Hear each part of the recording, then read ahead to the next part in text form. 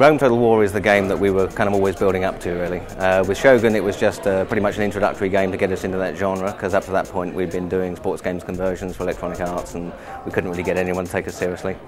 Medieval was always an iteration, but at the same time we started on Rome Total War over 4 years ago, and this was always the one we were leading to. Medieval was much more of a niche, sort of targeted, narrow market, and with Rome we've broadened the appeal much more to appeal to sort of from 10-year-olds upwards. Rome, in some ways, is an evolution of Medieval, evolution of our earlier games, but in other ways it is completely revolutionary. I think the most obvious thing to people is going to be the move to 3D. So we've got fully polygonal, really highly detailed, motion captured units. It's an epic real-time strategy game. Sort of epic's one of those overused words, but I think in our case it's probably valid because we've got, massive full-scale battlefields with thousands of troops in real time. So it's eye candy, it looks pretty and it makes it look a lot more cinematic, but also it just makes the battles much more realistic and playable as well. You can look at them and really follow what's going on. A lot of people only look at the graphics and how many men are up there, but the other big part of the equation that people don't pay a lot of attention to is also the artificial intelligence. There are many layers of artificial intelligence running on that game, right down to each individual man on there has his own artificial intelligence about what he should be doing. That's also very hard to do.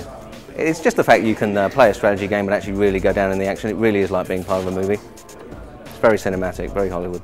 Yeah, there's over 100 different units in the game. Every culture has its own different, unique units. The game's about the forging of the Roman Empire, the conquest of the world, and the player's ultimate goal of becoming emperor. But you can also play as 8 of the other factions, Egyptians, Britons, Germans, Gauls, Carthaginians and so on. But you have to unlock those as you go, and the way you unlock them is by defeating them.